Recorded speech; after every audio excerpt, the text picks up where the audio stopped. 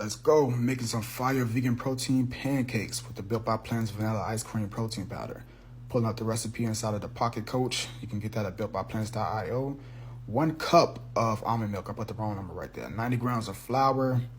All right, and then we're also going to use a scoop of the Built by Plants vanilla ice cream protein powder, like I said.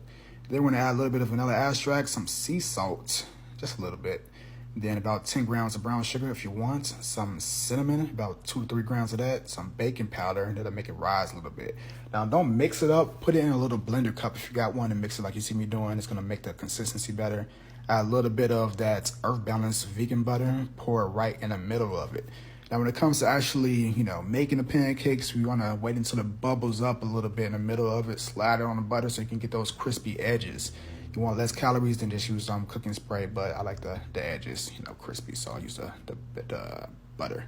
All right, so we're just gonna let that go for a little bit. You see I'm timing it to make sure that it comes out right. So I wait about 2 minutes on each side.